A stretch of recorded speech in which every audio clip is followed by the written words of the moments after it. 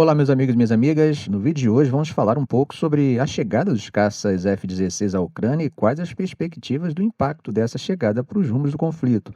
Vamos falar também sobre o impacto dos recentes bombardeios russos em Odessa e sobre a intensificação da preparação militar na Polônia em resposta às tensões com a Rússia e Belarus. Discutiremos também as complexas relações entre Ucrânia e Hungria, além das implicações nas próximas eleições nos Estados Unidos para a OTAN e as medidas que tentam criar uma situação à prova de Trump. Finalmente, abordaremos os recentes bombardeios israelenses em Gaza e seus efeitos para os civis. Vamos ao vídeo? Mas antes que você esqueça, dê aquele like e deixe seu comentário para que eu saiba a sua opinião sobre esses eventos.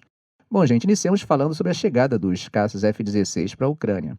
O anúncio dessas aeronaves era esperado para coincidir com a cúpula recente da OTAN, e a expectativa é que esses caças possam ajudar a neutralizar os ataques russos com bombas planadoras lançadas de aviões operando a até 70 km de distância, que, como temos visto, tem assolado as posições na linha de frente. Para vocês terem uma ideia, essa é uma espera que já dura um bom tempo para a Ucrânia. O presidente Volodymyr Zelensky tem feito lobby há pelo menos 18 meses para conseguir esses jatos ocidentais, que são muito necessários para complementar a pequena e envelhecida força aérea ucraniana de padrão soviético, que, convenhamos, não está em condições de enfrentar a Rússia. Zelensky expressou sua gratidão à Dinamarca, Países Baixos e aos Estados Unidos por darem esses passos práticos de assistência e demonstrou otimismo em relação a futuras doações para alcançar o objetivo de 130 aeronaves. Veja o que disse Zelensky. Os F-16 também serão usados para reforçar a defesa aérea da Ucrânia. Tenho confiança de que eles nos ajudarão a proteger melhor os ucranianos contra os brutais ataques russos, como o ataque dessa semana ao hospital infantil. Para além disso, gente, Noruega e Bélgica também se comprometeram a fornecer F-16 no futuro próximo. Agora, a questão que fica no ar é sobre a eficácia desses F-16 na guerra contra a Rússia. Um jato de combate que foi projetado lá nos anos 1970. Um ponto importante será como esses aviões serão escondidos e protegidos quando estiverem no solo, já que as defesas aéreas da Ucrânia estão sendo testadas ao máximo. Nesse mês, a Rússia afirmou ter destruído 5 jatos Su-27 ucranianos em um ataque com mísseis Iskander em uma base aérea em Mihorod. A Ucrânia reconheceu algumas perdas diante das críticas de que os aviões estavam alinhados na pista durante o dia, dentro do alcance dos mísseis russos. E na terça-feira, o presidente dos Estados Unidos, Joe Biden, anunciou que os membros da OTAN fornecerão 4 baterias de mísseis do sistema Patriot, enquanto a Itália fornecerá um sistema semelhante, o SAMP-T, que poderá ser usado para proteger as bases aéreas contra ataques russos. Confirmando o desenvolvimento, Antony Blinken, secretário de Estado dos Estados Unidos, disse o seguinte: enquanto falamos aqui, a transferência de jatos F-16 está em andamento, vindo da Dinamarca, vindo dos Países Baixos. E ainda disse que Vladimir Putin deveria se concentrar no fato de que ele não vai superar a Ucrânia. Bom, gente, vamos acompanhar para ver qual será o impacto objetivo para a situação da guerra. Enquanto eles festejam em Washington a chegada dos F-16, hoje, quarta-feira, a Rússia lançou 20 drones e 5 mísseis em direção à Ucrânia, resultando na morte de 2 pessoas na região do Mar Negro, em Odessa. Além disso, conforme relataram as autoridades, houve danos importantes na infraestrutura portuária e uma instalação de energia no noroeste. No sul de Odessa, de acordo com o governador regional Ole Kieper, um motorista de caminhão e um segurança perderam a vida durante o ataque com mísseis, que danificou armazéns portuários, caminhões e um navio civil. Além disso, um marinheiro ficou ferido. A região de Odessa, como vocês sabem, é um ponto essencial para as exportações ucranianas pelo Mar Negro, exportações que o país retomou sem o consentimento da Rússia, após Moscou ter abandonado um acordo mediado pela ONU no verão passado. Vocês devem lembrar que esse acordo que a Rússia abandonou, permitia que Kiev exportasse alimentos durante a guerra. Os portos da região têm sido regularmente alvo de ataques de longo alcance por parte de Moscou.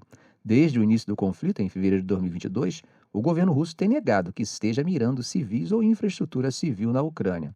Mas os ataques russos, gente, não se limitaram a Odessa.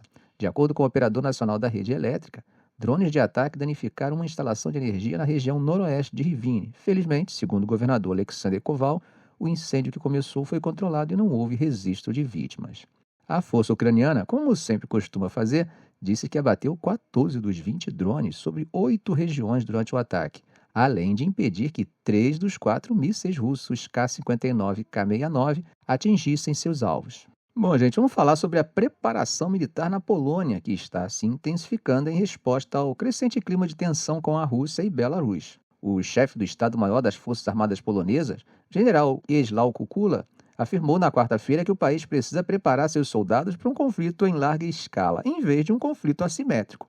Desde que começou o conflito da Ucrânia, a relação da Polônia com a Rússia e seu aliado Belarus se deteriorou bastante. Durante uma conferência de imprensa, o general Kukula falou que seu país precisa se preparar para um conflito em grande escala e afirmou ser necessário equilibrar a missão de fronteira com a intensidade do treinamento militar. No mesmo evento, o vice-ministro da Defesa, Paweł Bezda, anunciou que a partir de agosto o número de tropas guardando a fronteira oriental da Polônia será aumentado para 8.000, em comparação com os 6.000 atuais. Além disso, haverá uma retaguarda de 9.000 soldados que poderão ser mobilizados em 48 horas. Em maio, a Polônia divulgou detalhes do programa East Shield, um investimento de 10 bilhões de zloty, aproximadamente 2,5 bilhões de dólares, para reforçar as defesas ao longo da fronteira com Belarus e Rússia. Eles planejam concluir as obras até 2028.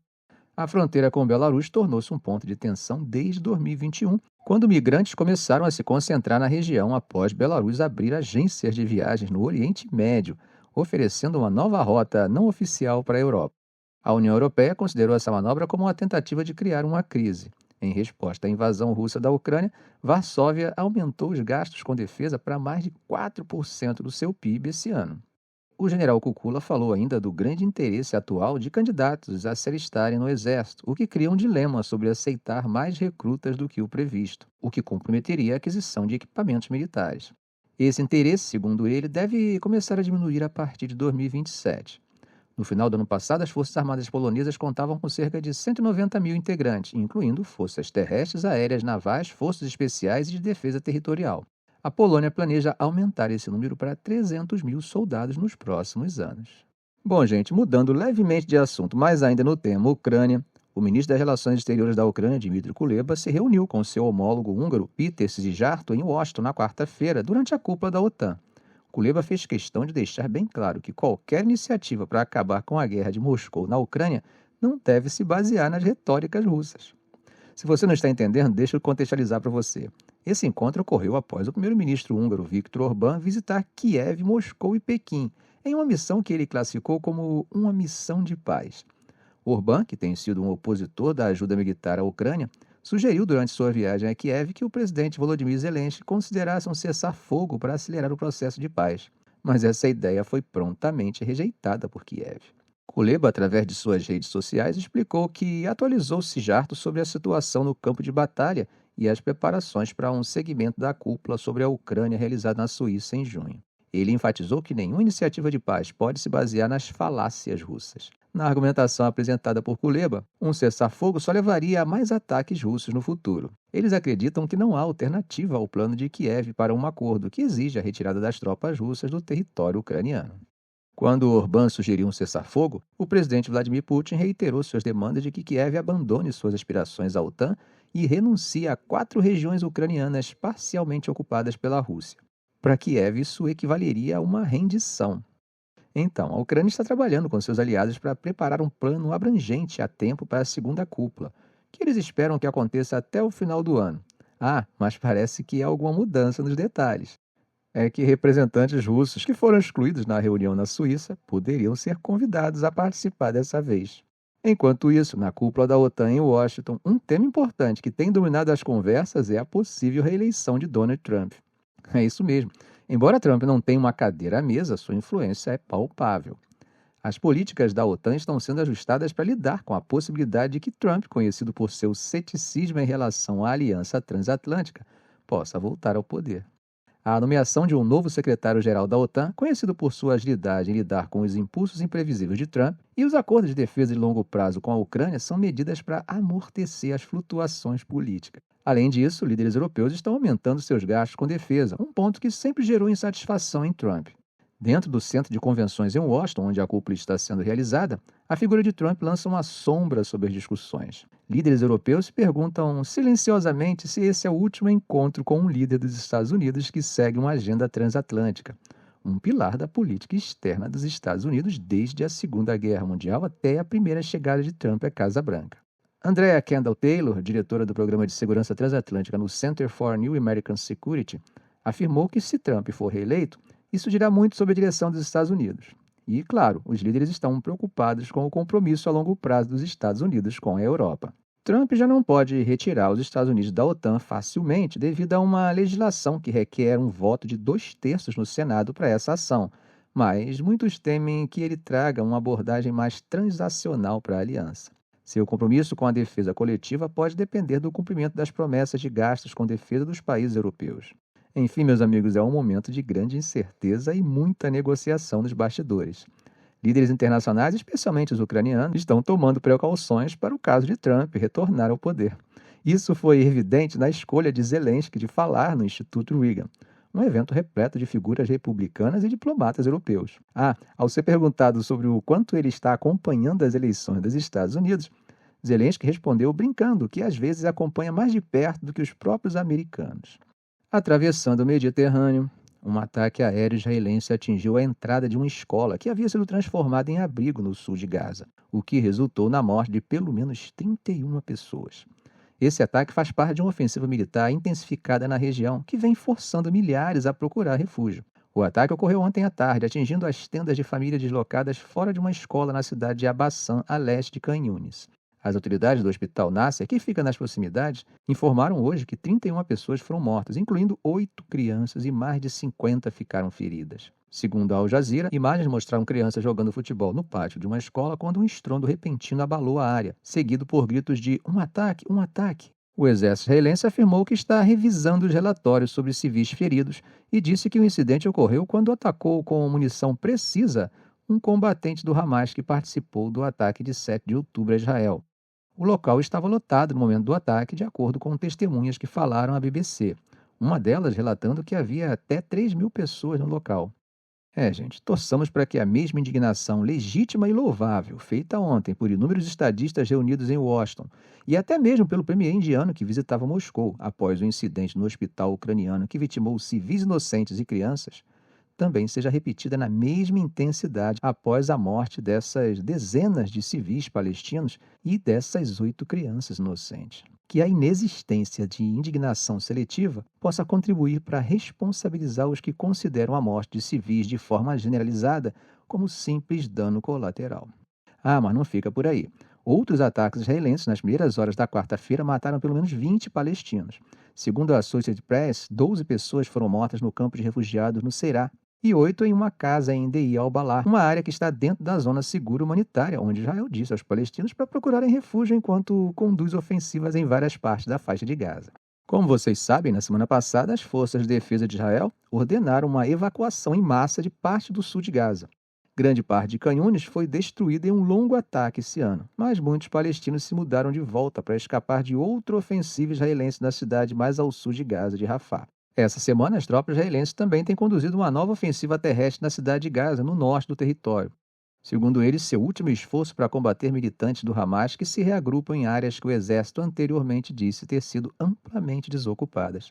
A Cruz Vermelha Palestina disse que suas equipes receberam dezenas de chamadas de socorro humanitário na cidade de Gaza, mas não puderam ajudar devido à intensidade dos bombardeios. Asken Abdelbar, que fugiu do distrito de Tufá, na cidade de Gaza, para a casa de parentes em outra parte da cidade, disse que aviões e drones israelenses estavam atingindo qualquer coisa que se movesse e que tanques haviam entrado em distritos centrais. Segundo o Escritório Humanitário das Nações Unidas, apenas 13 dos 36 hospitais de Gaza estão funcionando, e mesmo esses apenas parcialmente. A agência também disse que pessoas têm sido observadas fugindo em várias direções sem saber qual caminho pode ser o mais seguro. A maior padaria da ONU na cidade foi forçada a fechar e os combates bloquearam o acesso de grupos de ajuda a depósitos de suprimentos. O exército israelense afirmou que um ataque noturno na cidade de Gaza teve como alvo militantes do Hamas e da Jihad Islâmica, que operavam dentro da sede da Agência da ONU para os Palestinos, a UNRWA. A agência não controla o edifício desde outubro. Esses últimos dias de ataques aéreos no território palestino bloqueado são alguns dos mais ferozes desde o início da guerra. A ala armada do Hamas, as brigadas Izz ad-Din al-Qassam, descreveram os combates como os mais intensos em meses. Esses combates têm se desenrolado enquanto mediadores internacionais, liderados pelo Egito, Catar e Estados Unidos, fazem um esforço para promover um acordo de cessar-fogo. As negociações devem continuar em Doha e Cairo essa semana, com a presença do diretor da CIA, William Burns, e do chefe do Mossad, Davi Barnea. No entanto, o Hamas acusou novamente o primeiro-ministro de Israel, Benjamin Netanyahu, de tentar deliberadamente impedir as negociações de trégua. Ficamos por aqui. Se esse vídeo foi útil para você, faça um comentário, compartilhe em suas redes sociais, dê um like. E é claro, se ainda não for inscrito, inscreva-se no canal e ative o sininho para não perder os próximos vídeos.